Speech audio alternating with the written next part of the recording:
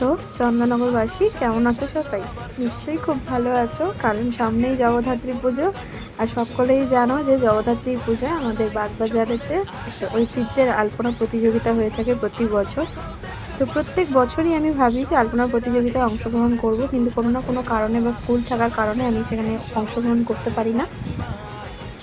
তো এবারে মায়ের কৃপায় আমি অংশগ্রহণ করতে পেরেছি, খুব ভালো লাগছিল। এবারে প্রায় 793 জন প্রতিযোগী ছিল, তো খুবই ভালো লাগছিল। এত সুন্দরভাবে প্রত্যেকের আলপনা অতুলনীয়, এক সে বরকর এক যাকে বলে।